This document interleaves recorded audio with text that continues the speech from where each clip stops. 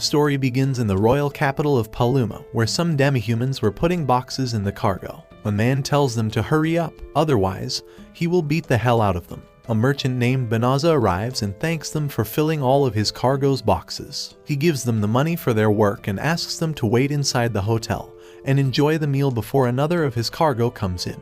The other mechans think he's a weirdo who is giving money to demi-humans, who are considered lowly humans in this world. One of the demi-humans thanks him for his generosity towards them but declines to take the money. Banaza says they deserve this money as they have earned it with their hard work. He reveals he does not believe in this human and demi-human crap and hands him over the money. The leader thanks him, and they decide to head to the hotel to get some food before the other cargo arrives. As they left, the other merchants called him a hypocrite who treats humans and demi-humans equally. Banaza wishes to make this world a place where humans and demi-humans can get along, but his maid says he is the only one in this town who thinks so. Suddenly, he feels something strange in his body and wonders what it could be. A light covers his body, and he vanishes in front of his maid. His maid looks behind and wonders where Banaza is, but it turns out he is Isekai'd to another world, into the magical kingdom of Clyrode. One of the saints of the kingdom welcomes him and reveals that they have summoned him as a hero candidate. The saint tells him that a dark army is about to invade their kingdom, and they were summoning heroes from another world to assist them in this battle.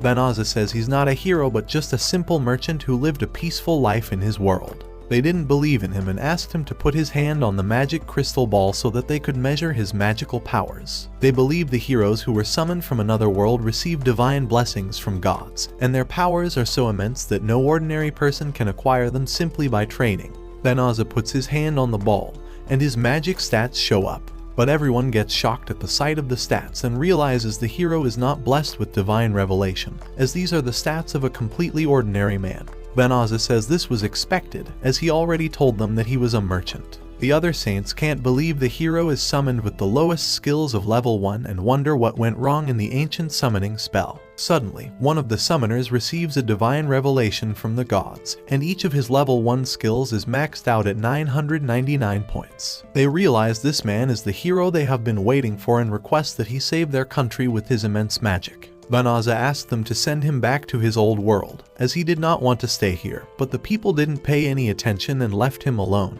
wandering in the castle. At first, he doesn't believe he's in another world, but then he realizes that he has to meet with the king to clear up his doubts. He asks the king, and his retainer reveals that he was summoned to this world through a gate that has already been closed and cannot be opened again. Banaza is surprised and wonders how he will be able to return to his world. But the retainer reveals his world doesn't have enough mana power, which is used to open a new gate. They gave him permission to live in their world and offered him a place in the Delevza forest, but with the condition that he would not tell anyone about the blunder they had made. The king then rejects him as a hero and sends him to the Delevza forest. On the way, he asks the demi-human, who was transporting him, about this world, and the demi-human reveals that he was asked not to speak with him until he lands him in the forest. Banaza thinks the demi-human is a slave just like in his world, but the demi-human laughs it out with the revelation that there's no such thing in this world. In fact, all humans and demi-humans live together in this world. They arrive in the Delevza forest, and the demi-human gives him a bottomless bag, which the king told him to give to Banaza. Banaza is glad to see the bottomless bag in this world too, and the demi-human reveals it has all the necessary things inside, including money and food, which will help him last a while in this world. The demi-human decides to leave the area and offered Banaza an advice to leave this forest as soon as possible, if he wishes to live a long life. Banaza is shocked but decides to shove it away, as he believes he does not know any place in this kingdom to go. He opens the bag and is glad that it worked, just like in his world. He looks at the stats and the things he received as a gift from the king. He decides to take out a sword in case of an emergency, but gets surprised to see some slime appear behind them. He believes the slimes are lowly creatures and they will not attack him, but he takes them with his sword after they try to merge with his body. Suddenly, the stats show up and reveal he's leveled up from level 1 to level 2. Banaza can't believe his sight, as he was told that the maximum level in this world is level 1. The stats show him his level 2 powers and the skills with the points, but he gets surprised at the infinite sign and wonders what that could be. Suddenly, he realized that he had acquired a new skill that he could use to talk with the system. He immediately activates it, and the system starts telling him about the magic spells he has acquired by leveling up. Banaza can't believe he has acquired so many spells just by killing those lowly slimes, but he decides to head to the forest to find a safe place where he can protect himself. The system warns him not to go as the Delavza forest is contaminated with a high concentration of Melicium. Banaza asks about it, and the system reveals that Melicium is a generic term for liquid or gaseous substances emitted and dispersed by demons that cause harm to humanoid races. However, the system says it can clear it up for him if he wants, but the spell it will use will consume 1/3 of his magic. Banaza doesn't care about his magic and asks it to do so. The system does so and purifies the forest with an immense magic circle. Banaza can't believe how powerful the magic was, but he gets surprised when the system tells him that he has leveled up.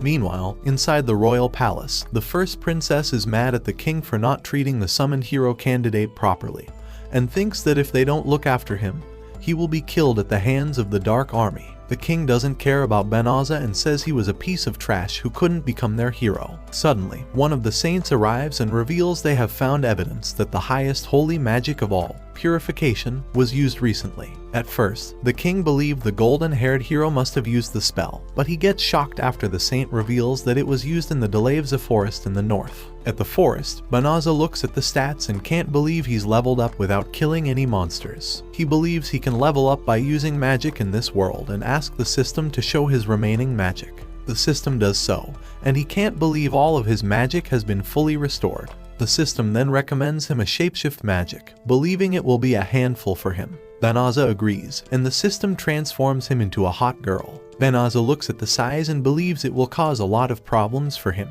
The system then transforms him into a man whom he feels is great, and believes no one will recognize him in this. The system also informs him that he can use teleportation magic, and he asks it to do so by teleporting him back into the kingdom. The system does so, and Banaza is glad that he has this amazing magic too, but gets sad after realizing that it cannot transport him back to his own world. He then decides to head to the Adventure Guild so that he can register himself as an adventurer and earn money by completing the given quests. He enters the guild, and the guild lady informs him about the rules of registration.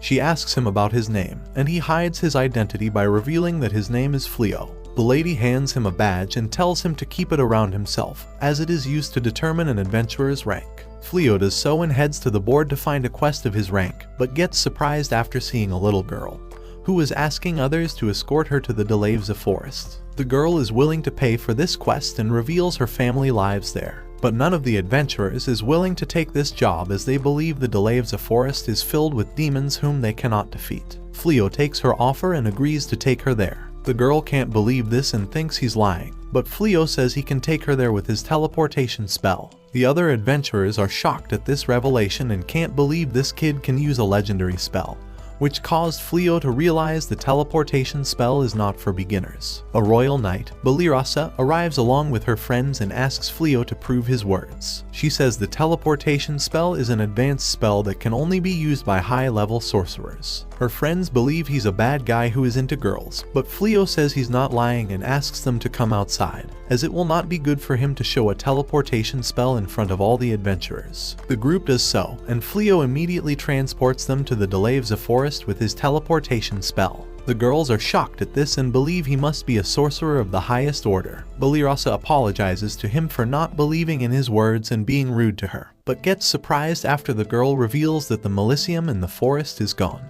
Suddenly, as Fleo begins to reveal that he was the one who purified this forest, the system informs him not to share information with the demons. All the girls surround the little girl with their weapons, and Belirasa reveals that the little girl is a demon who is using a spell to hide her true form. They begin to attack her, but the little girl transforms into her demon form and reveals that her name is Fenris, and she is the younger sister of Fengaril of the Infernal Four. Belirasa can't believe they are in the presence of a powerful demon lupine, and realizes that they are no match for her. Fenris immediately shoots her Melicium towards them, and all the girls fall before they can counter it. But she is surprised that her Melicium has no effect on Fleo. She gets mad and tries to eat them up, but Fleo saves their lives by sending them back to the kingdom with teleportation magic. He then decides to fight her alone and declares that he will use all of his magic spells to defeat her. Suddenly, Fleo activates all the available magic spells in the system and shoots them towards the Fenris. She dodges most of the attacks and tries to counter them with her magic, but Fleo traps her inside his powerful gravitational spell. Fenris tries to free herself from his gravitational spell with the help of powerful spells of her own. But none of them has any effect on his spell, as every time she tries, the system cancels it immediately. The system recommends he use a subjugation spell, as it will help him control the body and mind of the Fenris. Fleo turns it down by saying that he never used those kinds of spells in his past life and does not intend to use them here too, as he does not want someone to become his slave. Fenris tries hard to break free from his spell, but the aura of the spell is very powerful, and she has no choice but to give up. She asks Fleo to take her life, believing that a fallen warrior does not have a place to live in this world. However, Fleo shuts her down by revealing that he has no intention of killing her. Fenris says she's a demon and has killed so many humans in the past, and if he sets her free, she will do it again in the near future. Fleo replies to her by saying that humans and demons do not mean anything to him, as he treated both of them equally in the past and has no desire to kill someone who has already surrendered to him. This act of kindness transforms her back to her human form, and Fleo gives her some clothes to cover her body, which he took out of his bottomless bag. However, before she can wear them off, she passes out due to using most of her magic. At night, Fleo looks at the system and can't believe he possesses so many powerful magic spells. He wonders why he's blessed with those spells, but Fenris wakes up from her unconsciousness and quickly greets him. She thanks him for sparing her life and healing her wounds while she was in sleep. She reveals that if she had fought with someone else and then lost, they would have killed her or skinned her body. She says she has never seen a kind man like him in her whole life, and then acknowledges him as her master. She promises him that she will not hurt any human in the future and will repay this debt with her life. Fleo does not believe in this kind of crap and tells her she's free and can go anywhere she wants. Fenris insists she wants to stay with him, even if he treats her like a lowly slave, but Fleo still says no to her. This caused her to transform into her beast form and try to kill herself, believing that her life has no purpose. But Fleo quickly falls for her and tells her to stop it, as he will allow her to travel with him. This revelation makes her happy, and she quickly hugs her. After that, Fleo informs her about himself, saying that he is not from this world but was Isekai'd to this world as a hero candidate. He even shows her his true look, which he disguised with the help of a shape-shifting spell so that no one can recognize him. However, Fenris still vows to travel with him and asks him to keep her by his side. Meanwhile, in the kingdom, the king asks the hero about the battle with the Dark Army and how most of his knights were defeated. The pathetic hero makes fun of the knights and reveals that they were not strong enough to defeat the mere psychobars, and he was the only one who stood up against them and saved the lives of the remaining knights. The hero then furiously left the king's council, and looking at his behavior, the king asked one of the knights about his performance in the battle. The knight tells him that despite being a hero, he stationed himself at the very back of the knights and ran away while others were fighting against the demons, and even blamed others for his mistakes. The king gets mad at the revelation and looks at the furious hero, who was heading to his royal room.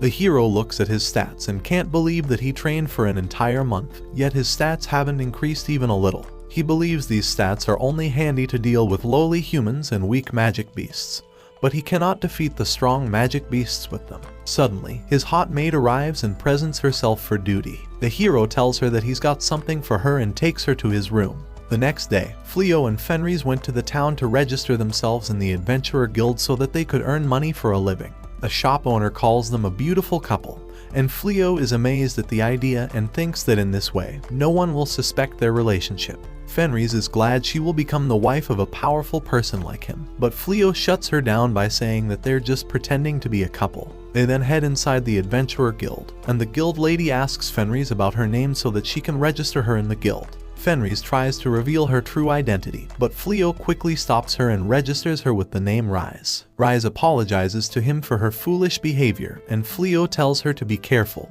otherwise, people will find out about her. Suddenly, their attention is drawn towards the guild lady, who informs all the adventurers that an urgent quest has come up and they need to defeat a herd of psychobears in the north. She reveals that the bounty for the psychobears is 10 times higher, but everyone hesitates to take this offer as they do not want themselves to fall into the hands of the psychobears who just wiped out the hero's army. Fleo also wants to pass on this offer, but Rise encourages him to take it, as she believes psychobears are no match for him. They then head to the north, and upon reaching there, he is shocked to find that the adventurer party he saved earlier is on the verge of death, as the psychobears are surrounding them. He quickly fires his lightning magic and takes most of them out with it.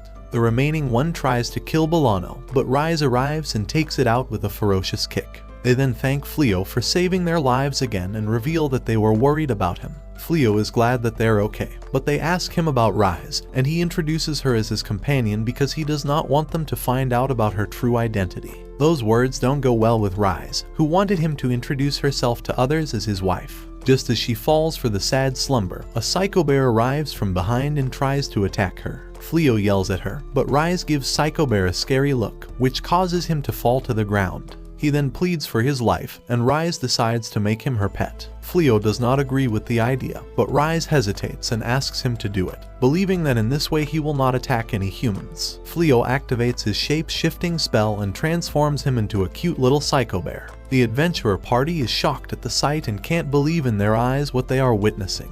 Ballyrossa then takes Fleo and Rise to her hideout and introduces them to her companions. She asks Fleo for a favor and tells him about the hero's army, which was wiped out by a horde of Psycho Bears. She reveals that the hero has locked himself inside a castle and refused to fight the Dark One until he found someone worthy to be his right hand.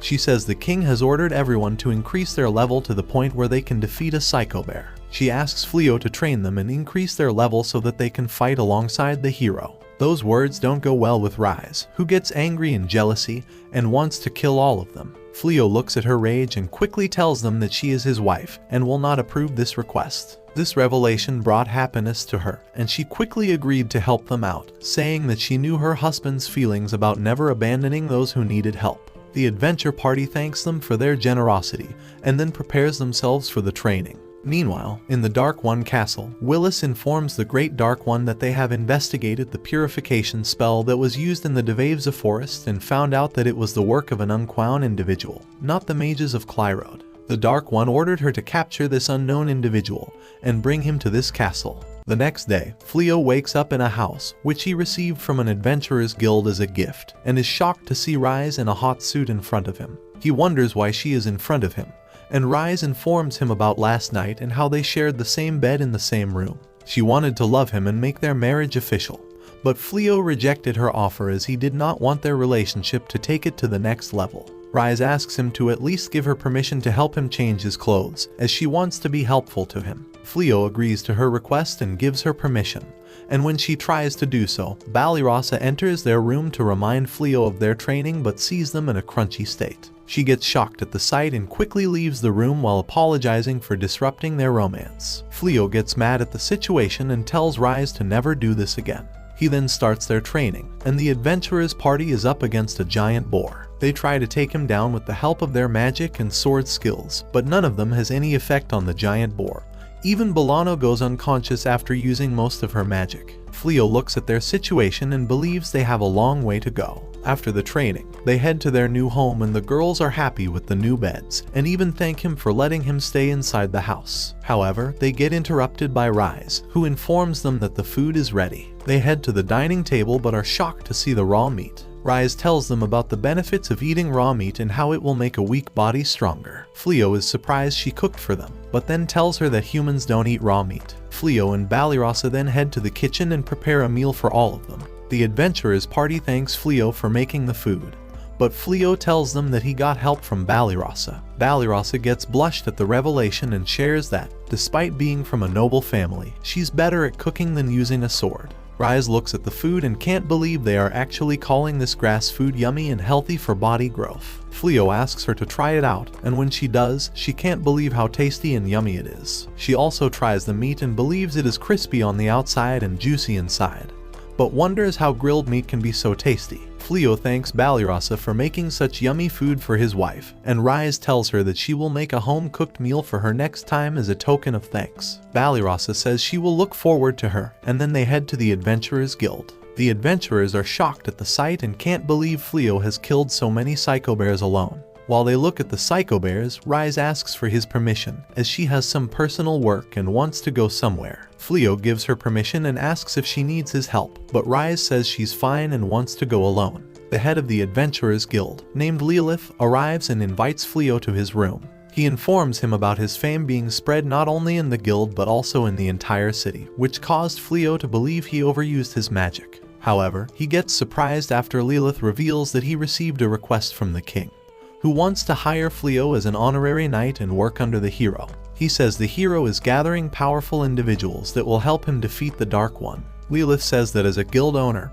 he wants him to stay in his guild, but as a human being, he wants him to save the world by helping them with his powers. Fleo thinks for a moment and realizes that he came from another world and has no reason to fight the demons. So, he declines his offer and leaves the guild. On the way, he spots Rise and can't believe how beat up she is. He believes this must be the work of a magical beast, but Rise gives him a smile and thinks to herself that she didn't know cooking was so hard. It turns out that she was taking a cooking class so she could impress her husband. But her first day didn't go well as she burned everything instead of cooking. Meanwhile, the pathetic hero's hot maid informs him about Fleo and Rise and how they are hunting down an unbelievable number of magic beasts. The idiot hero gets impressed at the revelation and tells her to bring them to him at any cost. They sent a royal messenger to Fleo and asked him to join their army, but Fleo denied them by saying that he had no intention to kill any demons. They then head to the adventurers' party and start their daily training. Rise tells Beldo to shoot down the three-eyed birds instead of a wooden tree, believing that it will enhance her arrow skills. However, she hesitates to do it because she does not want to kill a cute bird. Fleo gives Bolano a magic ring and tells her about its powers and how it could increase the magic powers of the wearer. Bolano is surprised at the sudden gift and tries to put it in her heart finger, but Rise arrives and threatens to kill her if she does so. However, her attention gets drawn towards Ballyrossa, who is being attacked by a giant insect and is yelling for Fleo's help. Rise quickly annihilates the insect but gets angry at Ballyrossa and tells her to drop the hopeless act. She believes Ballyrossa is purposely acting weak so that she can draw the attention of Fleo, but Ballyrossa gets horrified at the sight and tells her that she's mistaken. They then head to the house and Rise makes a meal for them. Fleo and the others can't believe how tasty the food is, but Rise tells them that she was taking cooking classes so that she could cook delicious meals for her dear husband.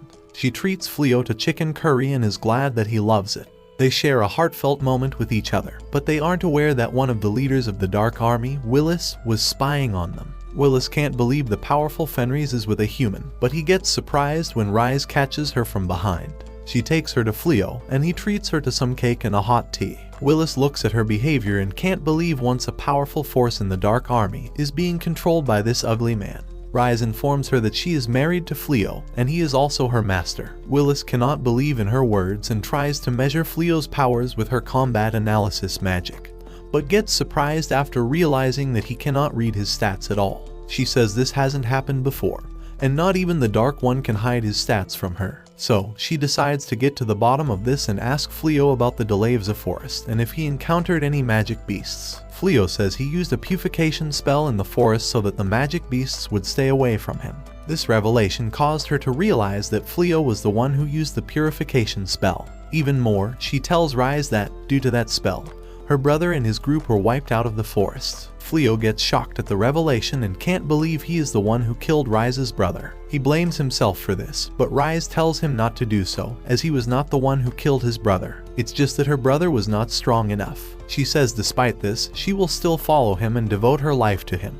But before Fleo can say anything, their attention gets drawn towards the adventurers' party who was listening to the conversation. The adventurers' party is shocked that Rise is the Fenris who tried to kill them, but Willis quickly challenges Fleo to a fight. She believes Fleo is a threat to the Dark Army and wants to gather all the information about his powers. At first, Fleo hesitates to do it, but she insists, and he agrees to spar with her. They head outside, and Willis quickly fires her poison spell at him, but Fleo dispels it with the blink of an eye. He then traps her inside his crucifixion spell, which causes her to surrender to his immense power. After that, Willis heads to the Dark Castle, and Fleo informs the adventurers' party about the Rise. He tells them that Rise has changed and that she will not attack any human again. This caused them to realize that Rise is not a threat to them anymore, and they vow that they will not tell anyone about her. Suddenly, Willis arrives again, but this time with the army of the dragons, who destroyed many of the armies of this kingdom before. Willis challenges him to a battle, but Fleo gets amazed to see the dragons. He reveals he has never seen a dragon in his whole life and is seeing it for the first time. Willis gets angry at the crap he's talking about and orders all the dragons to kill him, but Fleo shoots the holy magic heavenly hammer spell and wipes them out instantly. Willis gets shocked at this and quickly runs away along with remaining dragons. Blossom can't believe how powerful Fleo is and says she wants the title of Dragon Slayer. Fleo tells her to throw her weapon at them, and when she does, he uses his enhancement magic and kills the running dragon with it. This increases her level and gives her the title of Dragon Slayer. The girls are in awe at this and want the same title for themselves, but Fleo shuts them down by saying that the remaining dragons have flown away. Meanwhile, Lord Gaul gets up from his throne and readies himself to meet Fleo. On the northern side, the army of the Dark One engages in a battle with the soldiers of the Clyrode Kingdom. They tried to stop them from entering the kingdom, but they were no match for the Dark Army. One of the soldiers of the kingdom informs the king about this and reveals that their magical barrier is getting weak and will not hold them longer. The king asks about the hero and what he's up to. The soldier says he's hiding in his room and does not want to come out and fight the Dark Army. The saints of the kingdom hear this and ask the king to summon all the mages of the kingdom, as they have no choice but to cast a purification spell. They say they cannot rely on the hero, and if they do nothing now, they won't stand a chance if the Dark Army breaks through the northern stronghold. The king agrees to their plan and heads to the top of the castle. Meanwhile, the Dark One summons his comrades, orders them to stop the attack, and heads back to their castle immediately. He believes the mages of the kingdom will cast a purification spell, and if they stay here, all of them will die at the moment. The mages of the kingdom do so and cast a purification spell. The spell is so big that it covers the whole kingdom and immediately eliminates all the demons and monsters who were trying to destroy this kingdom. However, the Dark Army was already out of the kingdom before they could cast the spell. On the other side, Fleo arrives home and is quickly greeted by Rise, who welcomes him with a warm hug. She says she was waiting for him, and Fleo thanks her for that. They sat at the table, and the girls asked if he had found a business partner yet. Fleo says there were several shops in the kingdom,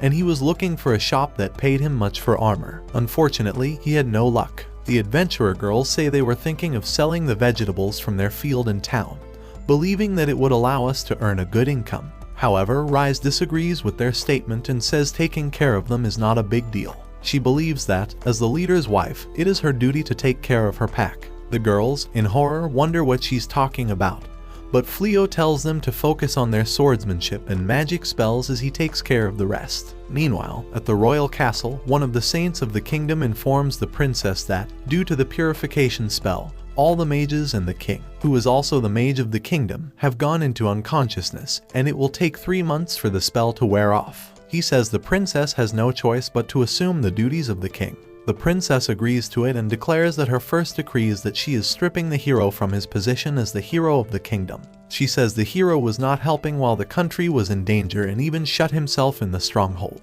So, this is the best punishment for a coward like him. The saints agree to her decree but reveal that they don't have enough mages who can help them stop the Dark Army. The princess says she has an idea and asks the saint to summon the oracle. With the passing of the decree, one of the knights throws the hero and his maid out of the castle. He gives him some gold coins and tells him to never come to the castle again. Otherwise, he will be sentenced to death. At night, Fleo thanks Rise for taking care of his house and helping the adventurer girls, revealing that it meant a lot to him. However, Rise says she will do anything for him, even if it costs her life. The adventurer girls heard their conversation and asked them to go on a date. Rise is amazed at the idea and wants to do it right away, but Fleo hesitates and tries to avoid it. However, when the girl gets suspicious of their marriage, he quickly agrees and heads to town. They spent a good time with each other, and Rise is happy that she gets to enjoy the company of his dear. Fleo thanks her for always helping him out and wants to give her something in return. He takes her to the gem shop and buys a brooch for her, which matches the color of her hair. She tries it on herself, and Fleo says it looks beautiful on her.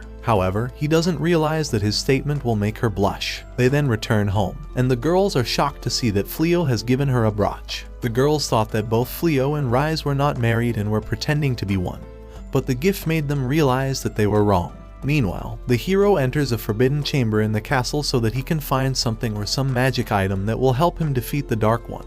He opens a chest and tries to find something, but a heavy voice tells him to free herself, as she can fulfill his wishes. The hero thinks this is some kind of joke, but the voice again interrupts him, and this time it leads him to a hidden room. There, he sees a sword, and the voice tells him to draw it out. She says if he does so, she will give him powers. The hero, who was jealous of Fleo and his powers, quickly does so and draws out the sword. Suddenly, a beautiful djinn comes out of the sword and reveals that her name is Haya, and she has the powers to command primordial light and darkness. She says she will grant his 3 wishes, and they can be anything.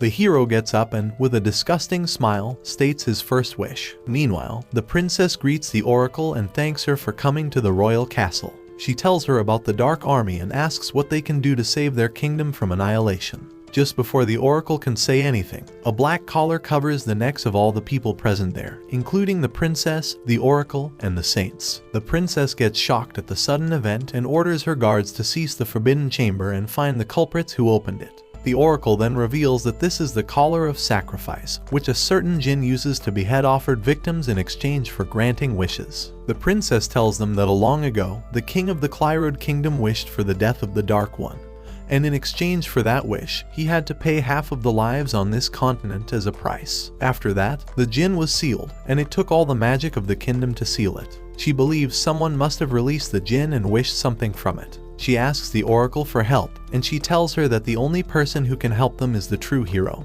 who has already been summoned to this world. She tells her that the true hero is in the west of this kingdom, and the saints believe it must be Sir Fleo, who rejected their offer to work under his majesty. The saints order the soldiers to search every town and village and find Sir Fleo, but the princess stops them and tells them not to waste their soldiers as she will find Sir Fleo by herself. Meanwhile, Fleo sells one of the shields he made with a dragon skin. The owner of the shop is amazed at the quality of the shield and quickly buys it.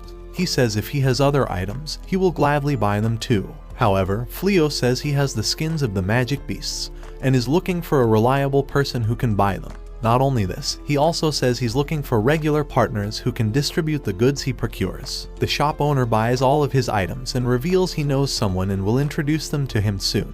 Balirasa can't believe how amazing Fleo is, and Rise tells her that he was a merchant in his world. Balirasa tries to hit on Fleo, but Rise gives her beast look, and she has no choice but to back off. Rise then tells her that if she's looking for a strong person, then the Dark One is the best one for her, as he already likes her. Balirasa is shocked at the revelation, but Fleo arrives and thanks her for introducing him to a loyal merchant. Balirasa also thanks him for letting her stay in his house, and Fleo says it was nothing, and they head back home. On the way, the djinn appears behind them, and before he can do anything, she attacks him with a blazing speed. Fleo quickly activates a defensive spell, but Rise pushes him away and gets hit instead. It is then revealed that the hero's first wish was to kill Fleo for humiliating him. The djinn tries to attack him again, but her spells do not have any effect on him as he finally activates his defensive spell around him and the girls. The djinn believe Fleo is strong, and these low spells will not have any effect on him. So, she casts a primordial light spell and fires it towards him. However, the spell also has no effect on him, and the system quickly masters it in no time. Fleo then casts a healing spell on Rise to heal her injuries, but it has no effect as the system tells him that her injuries are beyond healing. Suddenly, Fleo gets up and, with an angry look, declares that he will kill Jin with his own hands. Like and comment if you enjoy this video. Subscribe to my channel for more anime recaps, and tell me what anime recap you like to see next in the comments below.